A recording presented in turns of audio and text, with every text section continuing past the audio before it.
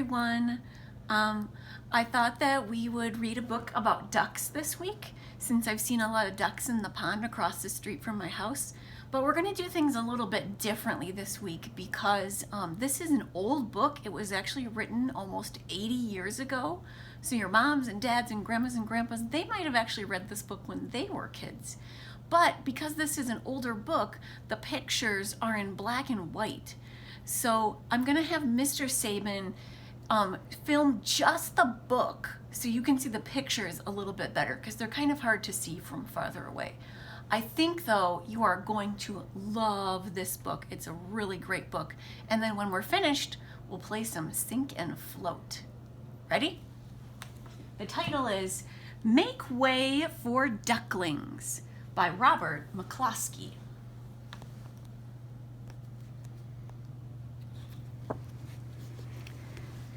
Mr. and Mrs. Mallard were looking for a place to live. This is Mr. Mallard, and that's Mrs. Mallard.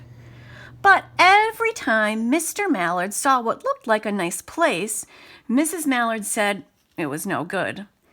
There were sure to be foxes in the woods or turtles in the water, she said, and she was not going to raise a family where there might be foxes or turtles.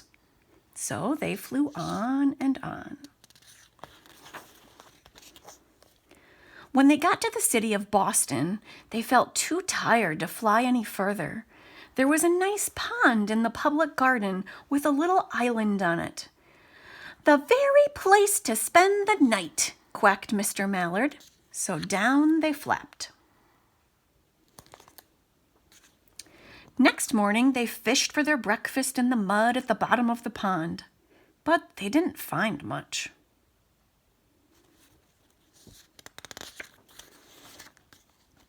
Just as they were getting ready to start on their way, a strange, enormous bird came by. It was pushing a boat full of people, and there was a man sitting on its back. "Good morning," quacked Mr. Mallard, being polite. But the big bird was too proud to answer. I don't know if that bird is real. But the people on the boat threw peanuts in the water, so the Mallards followed them all around the pond and got another breakfast, better than the first. "I like this place," said Mrs. Mallard as they climbed out onto the bank and waddled along. "Why don't we build a nest and raise our ducklings right in this pond?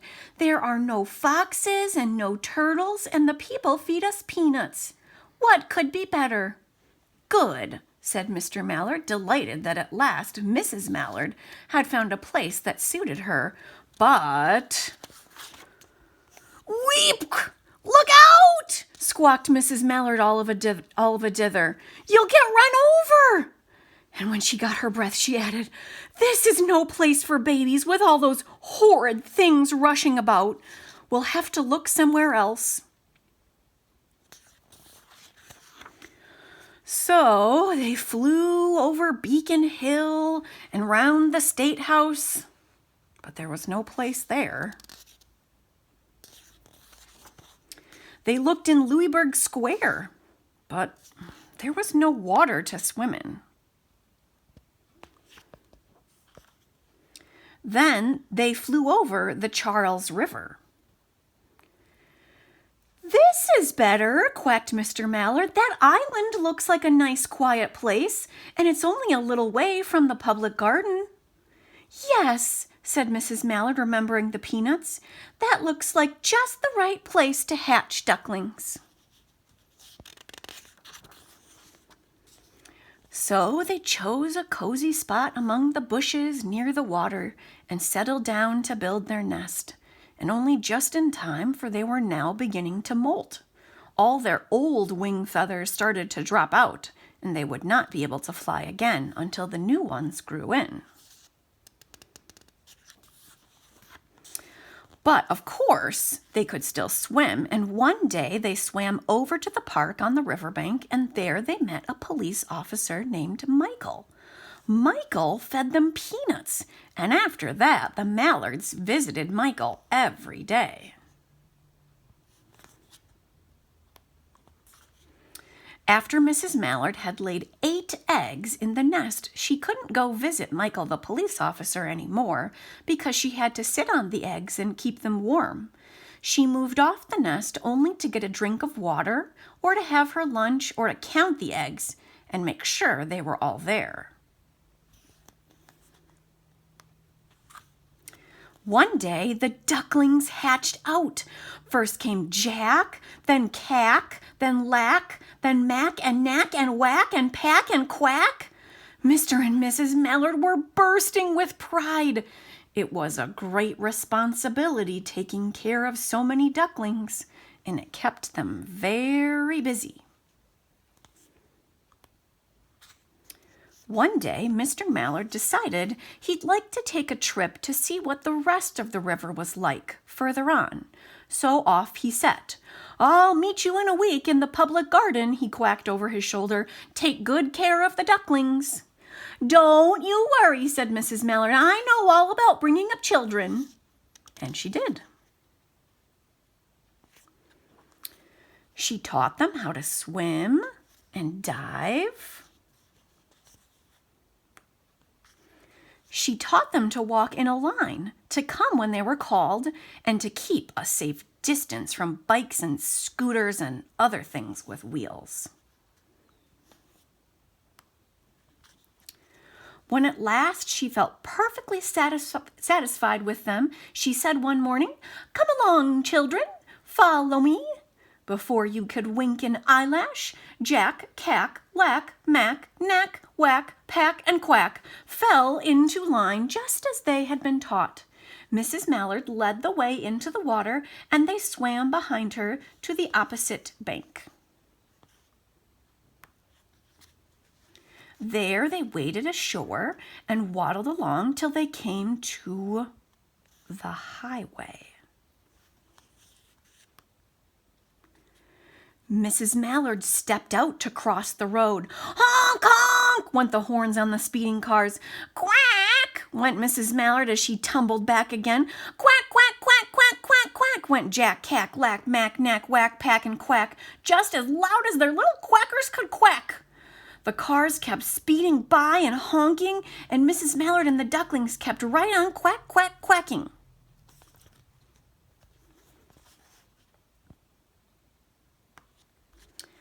They made such a noise that Michael, the police officer, came running, waving his arms and blowing his whistle.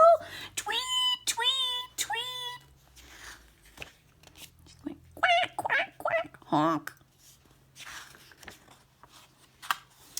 He planted himself in the center of the road, raised one hand to stop the traffic, and then beckoned with the other, the way policemen do, for Mrs. Mallard to cross over.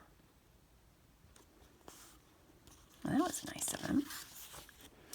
As soon as Mrs. Mallard and the ducklings were safe on the other side, on their way down Mount Vernon Street, Michael rushed back to his police booth.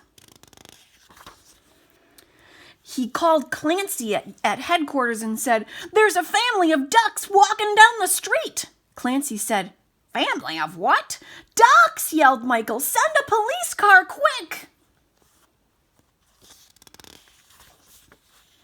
Meanwhile, Mrs. Mallard had reached the corner bookshop and turned into Charles Street with Jack, Cack, Lack, Mack, Knack, Whack, Pack, and Quack, all marching in a line behind her.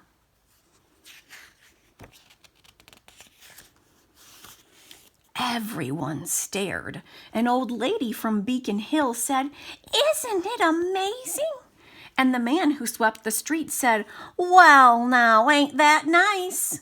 And when Mrs. Mallard heard them, she was so proud she tipped her nose in the air and walked along with an extra swing in her waddle.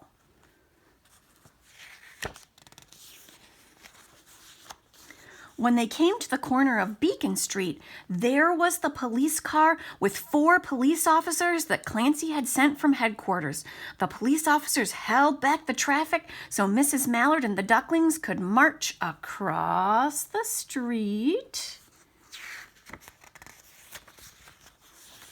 right on into the public garden. Inside the gate, they all turned round to say thank you to the police officers. The police officers smiled and waved goodbye.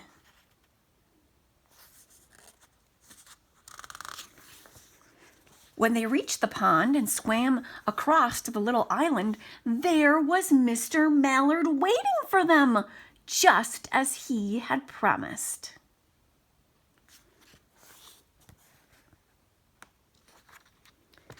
The ducklings liked the new island so much that they decided to live there. All day long, they follow the swan boats and eat peanuts. And when night falls, they swim to their little island and go to sleep. The end.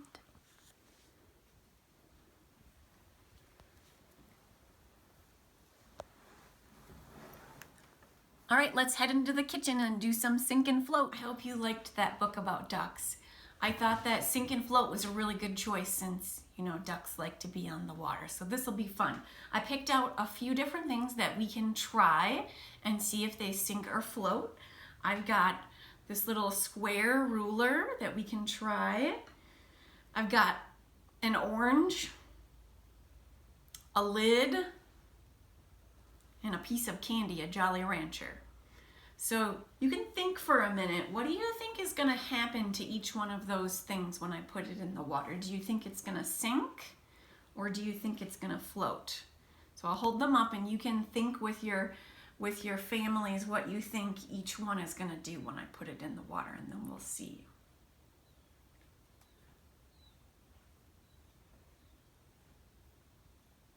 Okay, let's try it, and then when we're done, we'll mark what happened.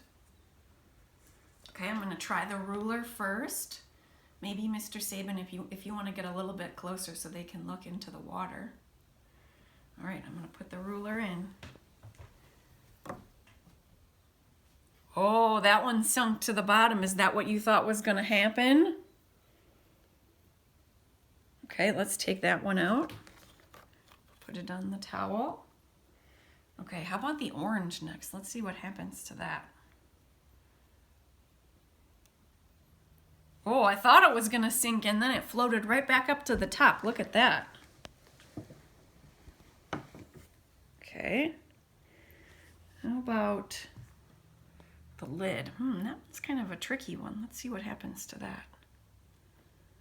Oh, that one floats almost like a boat. It's like it kind of holds the water out. Kind of like a boat does. Okay, and how about the candy? What's going to happen to that? Let's see. Oh, right to the bottom. Look at that. It's even got bubbles coming up from it. Okay, let's mark what happened here.